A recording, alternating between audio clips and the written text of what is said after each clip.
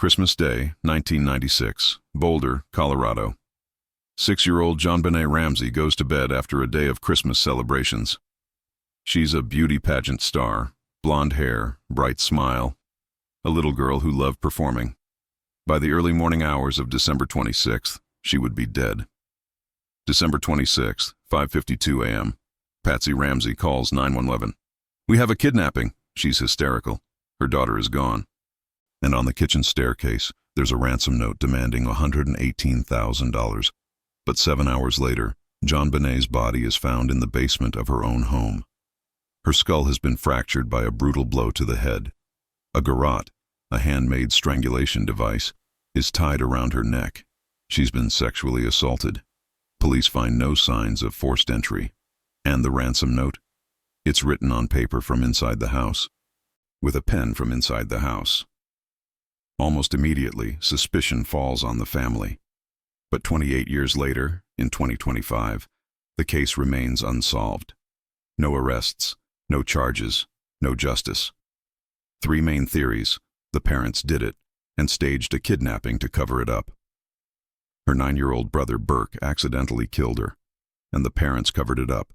An intruder broke into the house and murdered her. DNA evidence points to an unknown male. But the Boulder police still won't rule out the family. So, who killed JonBenet Ramsey? Was it her parents, her brother, or a stranger who got away with murder? This is the case that shocked America, the theories that divided investigators, and the evidence that still can't solve it. This is the murder of JonBenet Ramsey. Who was JonBenet Ramsey? JonBenet Patricia Ramsey was born August 6, 1990, in Atlanta, Georgia. Her father, John Ramsey, was a wealthy businessman, CEO of Access Graphics, a computer services company. Her mother, Patsy Ramsey, was a former beauty queen. She had won the Miss West Virginia title in 1977. JonBenet had an older brother, Burke, born in 1987, 9 years old in 1996. The family lived in a large 15-room house at 755 15th Street in Boulder, Colorado. From the outside, they looked perfect, wealthy, successful, happy. But Patsy had a dream for her daughter: beauty pageants. By age 6, JonBenet had competed in multiple child beauty pageants. She wore heavy makeup, elaborate costumes, false teeth to cover gaps. She won titles like Little Miss Colorado, National Tiny Miss Beauty, and America's Royale Miss. Videos show her dancing, singing, posing. Some people found it charming. Others found it disturbing. A child sexualized for entertainment. After her death, those pageant videos would be played on national news over and over. Critics asked, did the pageants make JonBenet a target? On December 25, 1996, Christmas Day, the Ramseys attended a party at a friend's house. They returned home around 9:30 p.m. According to John and Patsy, JonBenet had fallen asleep in the car. John carried her upstairs and put her to bed. That night, only 4 people were in the house: John, Patsy, Burke, and JonBenet. By the early morning hours of December 26th, JonBenet would be dead.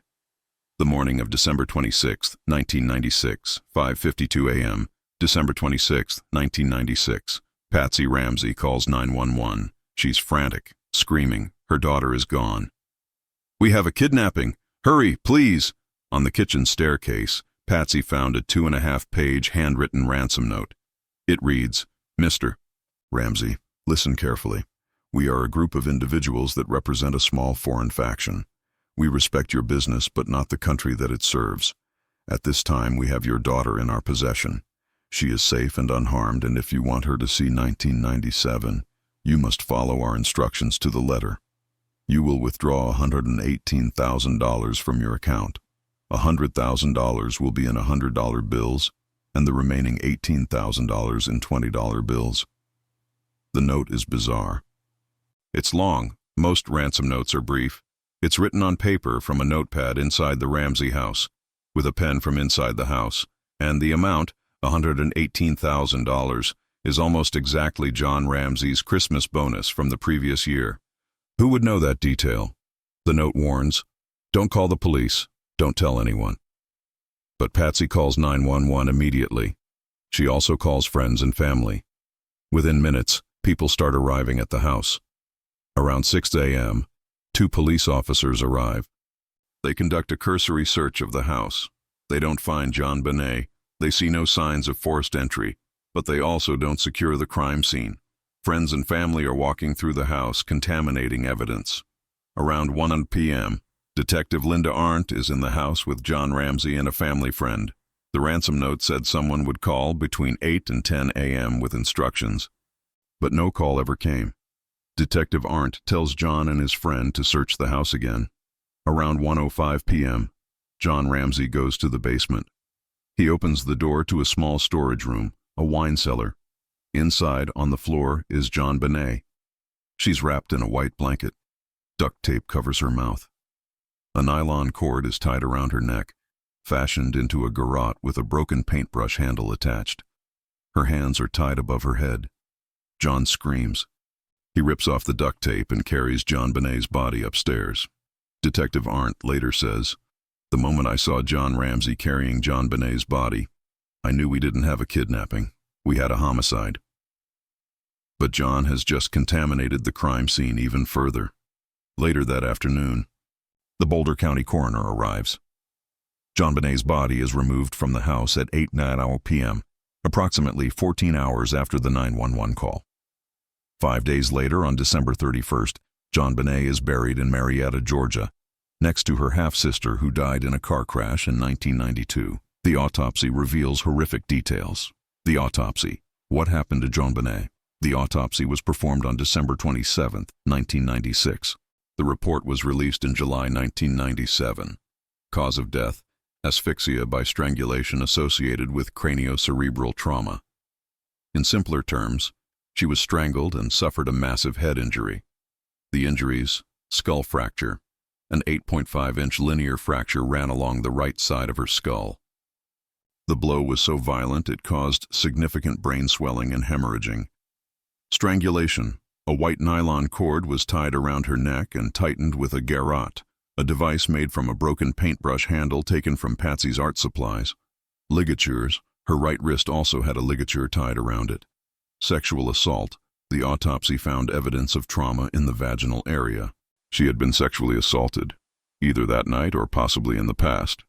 Petechial hemorrhages: tiny burst blood vessels in her eyes and face, consistent with strangulation.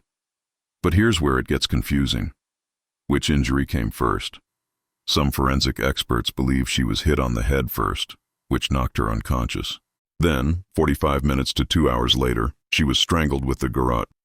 Others, like Detective Lou Smith, believe the strangulation came first or occurred simultaneously with other trauma. Why does it matter? Because it changes the theory of what happened. If she was hit on the head first and then strangled later, it suggests a cover-up. Someone panicked after the head injury and staged a kidnapping. If the injuries occurred during a violent attack, it suggests an intruder assault. The Boulder police believed the family was involved, but there was a problem. DNA evidence. The DNA evidence. An unknown male in January 1997, just weeks after the murder, forensic testing discovered something critical. Unidentified male DNA. It was found in 3 locations: in JonBenet's underwear, mixed with her blood, under her fingernails, on her long johns, pajama pants. The DNA did not match anyone in the Ramsey family. It did not match John. It did not match Patsy. It did not match Burke. It belonged to an unknown male. This should have been a bombshell.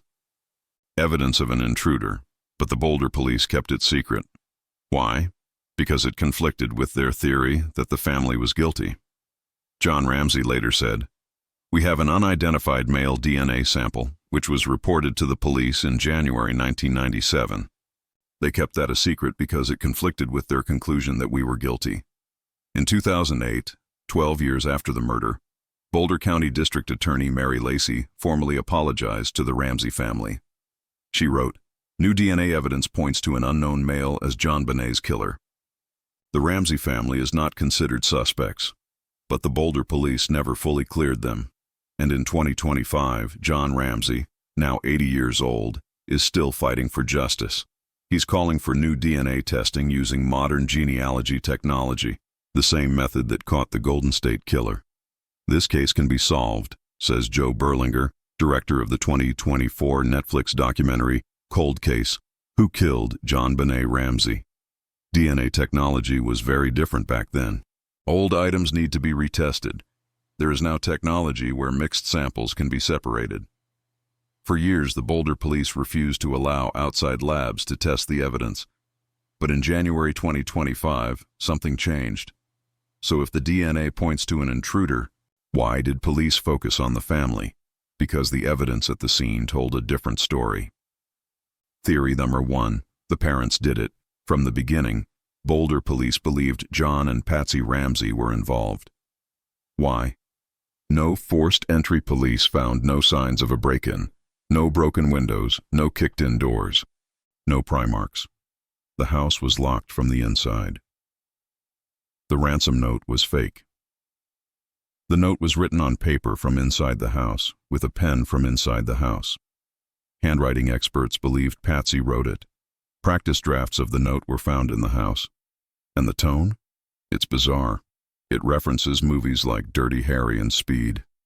It's theatrical, not authentic. Most damning, the amount, $118,000, matched John's exact Christmas bonus. An outsider wouldn't know that. The 911 call was suspicious. After Patsy hung up the 911 call, investigators claim the line didn't disconnect immediately. Enhanced audio allegedly captured Patsy, John, and Burke's voices in the background. Burke supposedly says, "What did you find?" But the Ramseys claimed Burke was asleep the entire time. Why would they lie? The crime scene was staged. Forensic experts believed the scene was staged to look like a kidnapping. The garrote was intricately made, too elaborate for a panicked intruder. The duct tape and cord used on JonBenet didn't match anything else in the house, but no roll of duct tape or source of the cord was ever found. Why would an intruder bring them and then take the leftovers? Behavioral red flags. The Ramseys hired lawyers immediately, before JonBenet's body was even found. They refused to be interviewed separately by police for months, and Patsy's behavior seemed off. Some witnesses said she seemed too calm at times. Others said she was hysterical.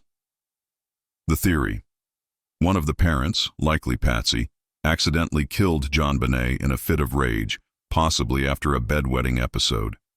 Patsy struck her on the head. When JonBenet didn't wake up, Patsy panicked and thought she was dead. To cover it up, Patsy and John staged a kidnapping. They wrote the ransom note, fashioned the garrote, and strangled JonBenet to hide the true cause of death. Then they discovered her body hours later. In 1999, a grand jury voted to indict John and Patsy Ramsey on charges of child abuse resulting in death and being an accessory to a crime. The indictment alleged they placed JonBenet in a situation which posed a threat of injury to the child's life or health, which resulted in her death, and that they helped whoever killed the girl evade discovery. But the district attorney, Alex Hunter, refused to sign the indictment. Why? Because he didn't believe there was enough evidence to convict. The Ramseys were never charged. Patsy Ramsey died of ovarian cancer in 2006, never knowing who killed her daughter. But some investigators still believe she's the one who did it. Theory number 2. Burke did it. This is the theory that divides people the most. What if JonBenet's 9-year-old brother, Burke, accidentally killed her, and the parents covered it up? The theory: late on Christmas night, Burke and JonBenet snuck downstairs to eat pineapple. A bowl of pineapple with Burke's fingerprints on it was found on the kitchen table. JonBenet's autopsy showed undigested pineapple in her stomach, but John and Patsy claimed they put JonBenet to bed immediately when they got home, and that she never ate pineapple. Someone is lying. Burke and JonBenet got into an argument. Maybe she took a piece of his Christmas present. Maybe she ate his pineapple. Burke, only 9 years old, grabbed a flashlight and hit her over the head. A flashlight was found on the Ramsey kitchen counter the morning of the murder, wiped clean of fingerprints. Forensic experts say the shape of the flashlight matches the head wound on JonBenet's skull. Burke panicked. He thought she was dead. He may have poked her with train tracks from his toy set, which could explain marks found on her body. When John and Patsy discovered what happened, they made a terrible decision: protect their surviving child. They couldn't lose both kids, so they staged a kidnapping. Patsy wrote the ransom note. John or Patsy fashioned the garrote and strangled JonBenet to hide the true cause of death. Then they called 911 and discovered her body hours later. Evidence supporting this theory. Burke's behavior was strange. He showed little emotion after his sister's death. In interviews, he smiled inappropriately when discussing JonBenet. Burke admitted he was awake that night. Years later, he said he snuck downstairs after his parents went to bed. The enhanced 911 call. Burke's voice can allegedly be heard in the background, even though his parents said he was asleep. Burke couldn't be charged. Under Colorado law at the time, a child under 10 couldn't be prosecuted for murder. The parents knew this. The grand jury indictment. The charges were child abuse resulting in death and accessory, not murder. This suggests the jury believed the parents were covering for someone else. In 2016, Burke Ramsey sued CBS for a documentary that suggested he killed his sister. He settled the lawsuit in 2019 for an undisclosed amount. Burke has always maintained his innocence. But many investigators and internet sleuths believe he's the one who killed JonBenet. Theory 3. An intruder did it. Not everyone believes the family was involved. Detective Lou Smith, a legendary homicide investigator, was hired by the Boulder District Attorney in 1997 to work on the case. Within weeks, Smith concluded, an intruder killed JonBenet. There's evidence of an intruder, Smith said. I say this over and over again. Nobody wants to listen. The theory. An intruder broke into the Ramsey house on Christmas night. He knew the layout. He knew the family's routine. Maybe he had been watching them for weeks. He entered through a basement window, which was found unlatched and open. Inside the basement was a suitcase positioned under the window. Smith believed the intruder used it to climb back out. The intruder sexually assaulted JonBenet, then killed her. He left behind unknown male DNA in her underwear, under her fingernails, and on her pajamas. An unidentified boot print near her body, duct tape and cord that didn't match anything in the house. A rope found in Burke's bedroom that the Ramseys said didn't belong to them, the ransom note. Smith believed the intruder wrote it inside the house, possibly while the family was at the Christmas party earlier that evening. Evidence supporting this theory. The DNA. It doesn't match anyone in the family. In 2008, it was enough for the DA to formally clear the Ramseys. The basement window. It was open and unlatched. Unknown items at the scene. The duct tape, cord, and rope were never sourced to the Ramsey house. No motive for the parents. John and Patsy had no history of abuse. Burke said they never even spanked them. Lou Smith's expertise. He solved over 200 homicides in his career. He believed the family was innocent. Smith died in 2010, still convinced an intruder killed JonBenet. His final words on the case: this case can be solved. Please test the DNA. In 2025, John Ramsey is echoing that plea. He wants the Boulder police to use modern genealogy DNA testing, like the method that caught the Golden State Killer. We have an unidentified male DNA sample, John says. Why won't they test it? And in January 2025, he finally got an answer. Why the case remains unsolved and what's happening now. 28 years later, JonBenet Ramsey's murder is still unsolved. Why? The crime scene was contaminated. Police failed to secure the house. Friends and family walked through it for hours. John Ramsey moved JonBenet's body. Critical evidence was lost or destroyed. The Boulder police focused on one theory. From day one, police believed the family did it. They ignored evidence that didn't fit, like the DNA. By the time they considered other suspects, years had passed. Untested evidence of the items sent to labs in 1997, 6 or 7 were returned untested. The garrote, suitcase, blanket, flashlight, and ransom note have never been fully tested for DNA. No genealogy DNA testing. Until now, modern technology can separate mixed DNA samples and run them through genealogy databases. This method has solved dozens of cold cases, including the Golden State Killer. For years, the Boulder police refused to allow outside experts to test the evidence, but in 2024, something changed. Public obsession. The case became a media circus. Everyone had a theory. Conspiracy theories spread. The Ramseys were tried in the court of public opinion before they were ever charged. In November 2024, Netflix released a documentary, Cold Case: Who Killed JonBenet Ramsey? It reignited public interest and massive pressure on the Boulder police. Breaking. January 2025. Just 2 days ago, on January 28, 2025, John Ramsey met with Boulder Police Chief Steve Redfearn. For the first time in decades, he felt hopeful. "I'm very satisfied and impressed with the leadership now in the Boulder Police Department," John told CNN.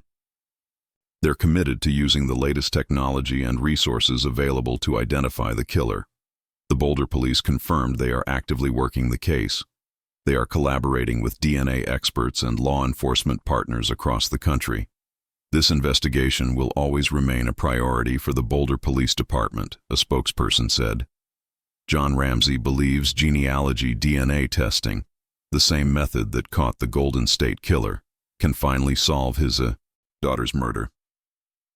"There's been a number of old cold cases solved using this genealogy research," John said. "Let's do a reverse family tree and see if he had a relative living in Boulder in 1996. That's what we're asking the police to do." The Boulder police are finally listening. They're finally using modern DNA technology. They're finally working with outside experts. After 28 years of frustration, there's finally movement.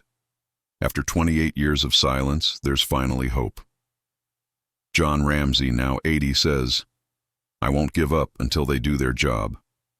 Who killed JonBenet? So who killed JonBenet Ramsey? Was it her mother, Patsy, in a fit of rage? Was it her brother, Burke, in a tragic accident the parents covered up? Or was it an intruder who broke in and got away with murder? The evidence points in all directions. The family theory explains the ransom note, the lack of forced entry, the staged scene. The Burke theory explains the pineapple, the flashlight, the parents' behavior. The intruder theory explains the DNA, the unknown items, the basement window. The truth is, we may never know. But in January 2025, something changed. The Boulder police are finally listening. They're finally using modern DNA technology. They're finally working with outside experts. Maybe, just maybe, this case can finally be solved. JonBenet Ramsey was 6 years old. She loved singing, dancing, performing.